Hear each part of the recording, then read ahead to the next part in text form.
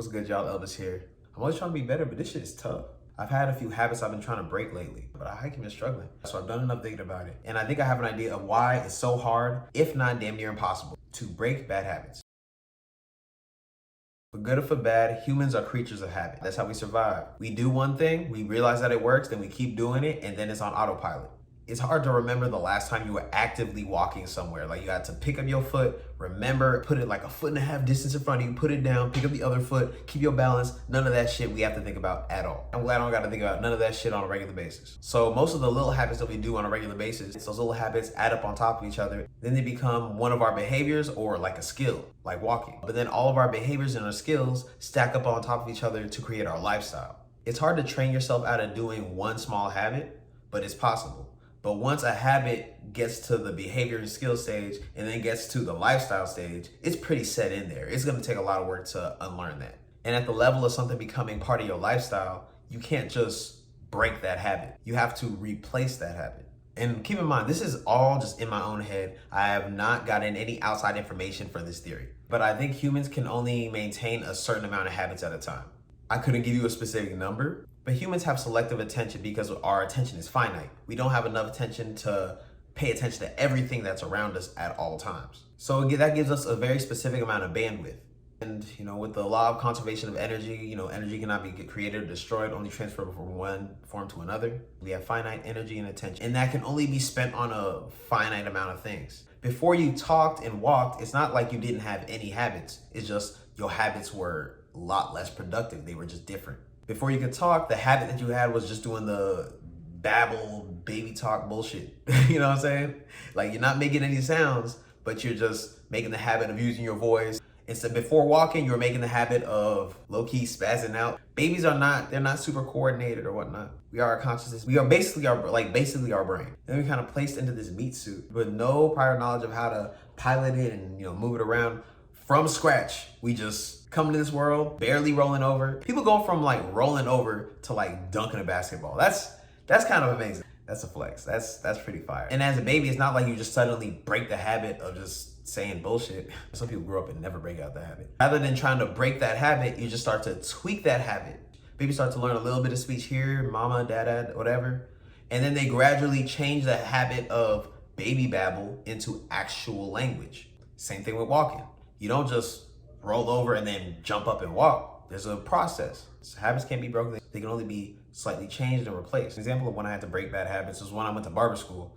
And before then, I hadn't got any formal education as far as barbering, but I was self-taught through YouTube and trial and error and whatnot. So this was my first time getting one-on-one instruction. In barber school, get you ready to take the state board test. So everything you're learning in barber school is set up by state board standards. And cutting hair is honestly like an art. It's kind of subjective. There's no wrong way to cut hair, but there are inefficient, unprofessional, or incorrect ways of doing things as far as a hair cutting process. When I went to barber school, I already knew how to cut hair, and my sanitation was already on point and all that. But the first thing my instructor got on my ass about was when I put the cape on my client, like I flapped it over my client. According to state board, that is a no-go. Now, that's not something that would be life or death situation. I don't think it's something that'll get your license taken away, but doing that on the practical state board exam would make you fail. So all of a sudden I had to go from like 4+ years of doing something one specific way and never thinking anything about it to doing it how my instructor wanted it. And that's one of the most minor bad habits that I formed. So before barber school, I was in college. I learned a lot of social skills while I was cutting hair on campus, because before I was not a talkative person, or I was not a social person whatsoever, but barbering had to make me stretch in that direction to build clientele and whatnot. So I got good as far as interacting with people, especially people that are like-minded and share similar circumstances. And at that point, all my clientele were college students. So then when I went to barber school and I was cutting people that weren't college students, some people I just didn't care to interact with, or I'm keeping it 100. And it's also barber school, so people are not paying me what my price is. A lot of people aren't showing me that much respect. And I'm the kind of person, if I don't like you, I can't pretend like I like you. So there was a lot of local people that I was cutting. A lot of them thought I just had an attitude when I was cutting. When I was in barber school, my schedule was booked up. And these were people paying my own price. So when I came to barber school and like local people would come in, they would pay barber school prices and not tip. So I'm basically cutting all these people's hair for free. And a lot of them were coming in with dirty hair, and some people came in like they ran a mile and smoked a black and mild. You know what I'm saying? Like, it was not what I was accustomed to, so I didn't enjoy it as much. And up until that point, I only really hung around people that I wanted to be around, that valued my time. So it was an adjustment being around people that didn't have as much of a mutual appreciation between us. And to remedy the whole asshole impression I was giving everybody, I didn't try to change my habit as far as pretend like I like people. I had to make a change to the habits of my consultation and client interaction. Because before this, it was not hard to connect with whoever I was cutting because they were my same age. They were usually my same demographic. If they weren't the same major, they went to the same school. So when I was cutting almost exclusively college students, it wasn't hard to make some kind of connection. I already knew what question to ask. I already knew how to steer conversation for people to talk about what they want, but talk about what they like. So at that point, I've gotten comfortable dealing with a specific clientele.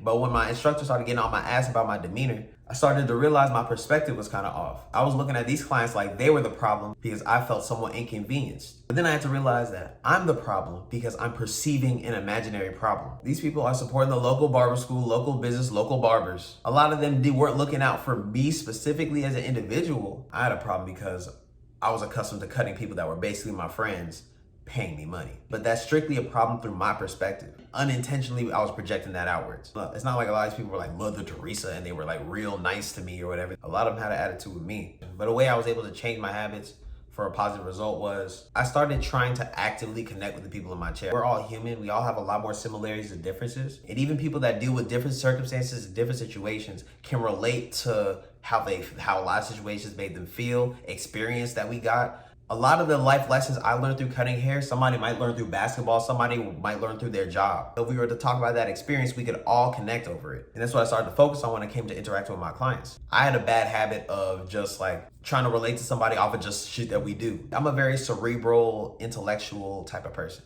So most of the people that I just naturally hit it off with are the same tribe. We could just sit there and kick ideas back and forth. Those are what most of my clients are. But when it comes to people of a completely different demographic, a lot of the things that I would have in common with my friends or people of my tribe, I wouldn't have in common with them. But you can literally always find something you have in common with somebody, as long as you're digging in the right places. So that's what I started doing. I started making a little habit of trying to just dig around when I was having my conversation with my clients and just get to learn about them. And even if they don't tell me something that I specifically relate to, I know they're gonna tell me something that's gonna give me a different perspective. And before then, I had pretty developed social skills. But for conversations that initially started in a way that I didn't care for, it was hard for me to like actually try to connect with people past that. I'm not even gonna say it was hard. I just made a habit of not doing that because I didn't have to in my regular life. But since being in barber school and growing in that way, and then also barber school made me grow in a bunch of other ways, but that's a different video. Now that habit has changed. Like recently I started skateboarding. I've been busting my ass and having a great time. But I realized when I'm out skateboarding, a lot of people come up and talk to me. Like when I'm at a park, a lot of times people come up and like start having conversation with me. Like I'm gonna keep it stacked. It's like low-key bullshit, small talk. And I'm kind of wondering like, why are you coming up and talking to me? But now because I've changed the habit of like visibly showing my disinterest at first, and I've built up the habit of just like prying and prodding as far as interesting things to talk about with people that I normally wouldn't talk to. Me and this older white couple like had a conversation about how back in the day he used to make his own skateboards off top. That topic doesn't seem that interesting to me. You know what I'm saying? But because I changed my socializing habits in a positive way, that's not an interesting topic, but we made an interesting conversation because I made the habit of trying to actually connect with people that I talk to rather than just exchange words until we leave. Honestly, I don't know how much I like this story as an analogy for changing/breaking habits, but the message is still there. You know, this applies to anything we do in life. Damn near everything we do is a habit or a compilation of habits. And because everything is built off of the little habits that we do, that means if we change the little habits, we can learn any skill, we can make any lifestyle change. You just gotta have the desire and apply the effort and then, repeat. All right, y'all, that's all I got for today. I appreciate y'all watching. If you got any value, go ahead and like, subscribe. If you haven't already, go ahead and follow your boy on Instagram as well as TikTok @CutsByElvis. But till next time, Craft Over Clout, I'm out.